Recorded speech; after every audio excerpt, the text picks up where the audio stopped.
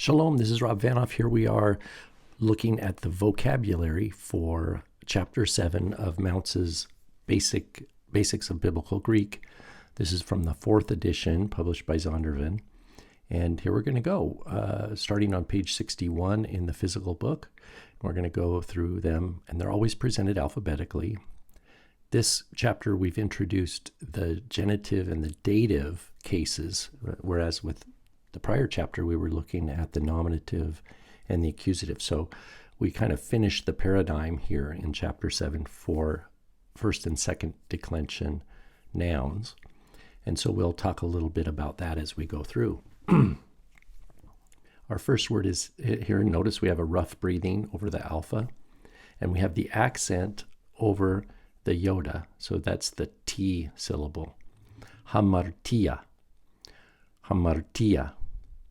And if we were to then we integrate the genitive, which now we know with the noun that this next entry here, or next element of the what we call the lexical entry, is the genitive singular. So it would be hamartias.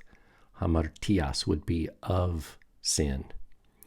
And then we see the definite articles, the third element, he. He hamartia would be the sin.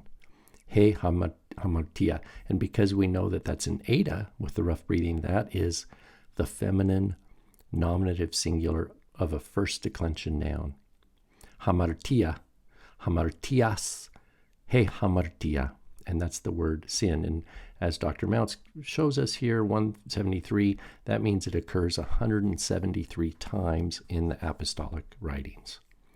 Okay, our next, so it's a high frequency, relatively, isn't it? Here's another word here.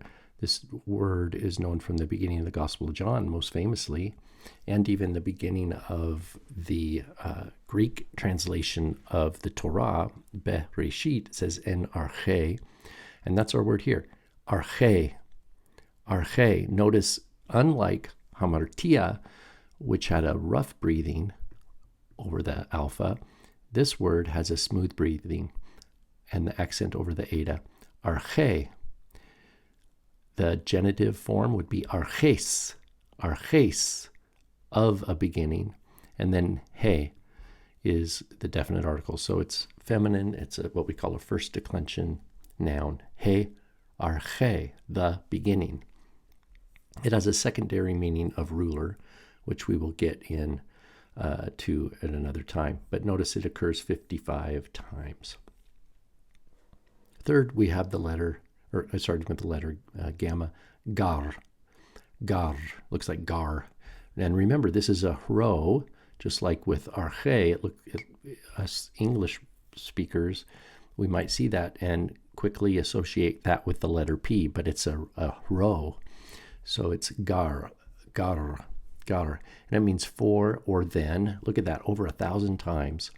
And Dr. Mounce reminds us here that gar is post-positive. What that means is, post-positive is a fancy word meaning it's going to be the second word in the sentence. It's never going to be the first word of a sentence. It's post-positive. That means it's not the first. It'll be the second word in the sentence. Something also that's strange to us English speakers, but we'll see enough examples from Scripture that we'll get the feel for that. The next term for Chapter 7 vocab is actually a verb. Now, we don't technically get into the verbal paradigms until next quarter, but we need some basic vocabulary of verbs so that we can get through these exercises. And this is such a high frequency one. Apen, apen. Notice the accents on the first syllable, and it has a smooth breathing. Apen, it just means he, she, or it said. So it's third person, so it's he, she, or it, and it's singular. And it's the verb said. And as Mounce notes here, we'll learn the lexical form of verbs later on. So now it's like a little training wheel. Apen just means he, she, it said. Because in the verbs, in our indicative verbs in Greek, we do not have gender encoded in them like we do in Hebrew. Okay, next word here is a preposition ace. Ace. It means into or in. And we'll see that ace, in next chapter, chapter 8, we'll see that the word or noun following ace will be in the accusative case. Ace, but it just means into or in. 1,767 times. High frequency. Next, exousia. Exousia. Remember this springy looking letter is a xi, so it's like an X sound. Exousia. Exousias, of authority or of power, if would be the genitive. Exousias. And then we see our definite article, he. He exousia, the authority. It's a feminine noun. It's a first declension. And because it's an alpha stem, this is similar to hamartia. Alpha stem, it's going to follow those from our paradigm that in the singular have the alpha, like that word hora in our book. Next is evangelion. Evangelion. Remember, we have a double gamma, so we have a nasalization of the first gamma. Evangelion. Evangeliu would be of the gospel or of good news. Evangeliu. That's our genitive singular. And then to means it's neuter. So it's our neuter definite article. To evangelion. The good news or the gospel. Next, we have Jesus. Jesus. The genitive is Jesu, and the definite article is ho or ha. Ho Jesus or ho Jesu for the genitive. But I wouldn't say ho. We would say tu Jesu. Sorry, I messed that up. But for the nominative, ho Jesus. And that's Jesus or Joshua or Yeshua. The root, of course, comes from Aramaic, and the sigma would have been pronounced like a sh sound. So Yeshu. We don't capture for those who know Hebrew, there's a furtive patach, Yeshua, that is covered up for us in the Greek. We don't know who pronounced it and who did not from just the written record alone. Okay, continuing on, we have a masculine noun for us, kurios. Kurios. The genitive would be kuriou, of a master, of a lord. Kuriou. Ho is the.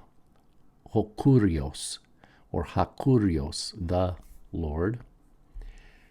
Me means not or lest. We'll see this more when we get into verbs, but it's similar to u that we've already learned. U, me. It's another way of negating a verb. Next, uranos. Uranos. This is for heaven. And then we see the genitive u, uranu, would be of sky or of a heaven or of a sky. Uranu. And then the definite article ho. So ha, uranos. For me, just a reminder with the Omicron, I'm okay if you say ha or ho. If you want a longer o, that's fine. Ha uranos. Next, we have a pronoun. Well, it's an adjective. It means this one.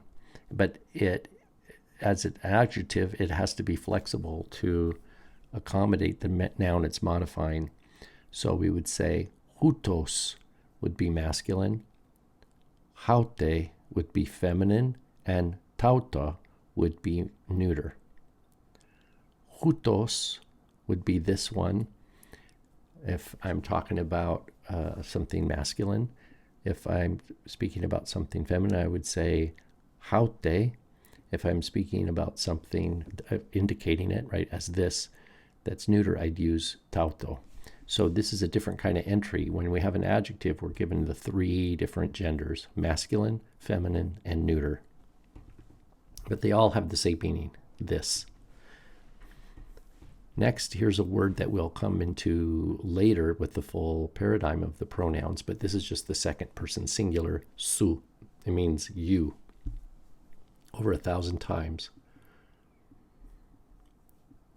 Next, we have huios. Huios. That's a word for sun. Notice a rough breathing, accent over the omicron. Huios. Of a sun would be huiu. And then the definite article, ho. Ha huios, the sun. Ha huios. Finally, we have the word hoste. Hoste. Notice it's an omega with a rough breathing and an accent. Hoste. Therefore, so that. Occurs 83 times. So notice here the end of, I don't know if you can see the whole thing. Let me shrink it down. Maybe I move that over. There we go. So if you were to count all the words in the New Testament, it's almost 140,000. The number of words learned up through the vocab of chapter 7 is 53 words. But when you figure out, like hoste here, 83 times, so that of all the for chapter 7, the total occurrence is almost 9,700. But if you go through all the chapters up through chapter 7, the vocabulary word times how many times it occurs, we're at almost 61,000.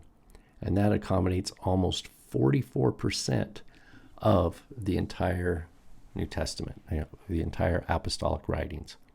What that means, that means 44 out of every 100 words you would recognize already.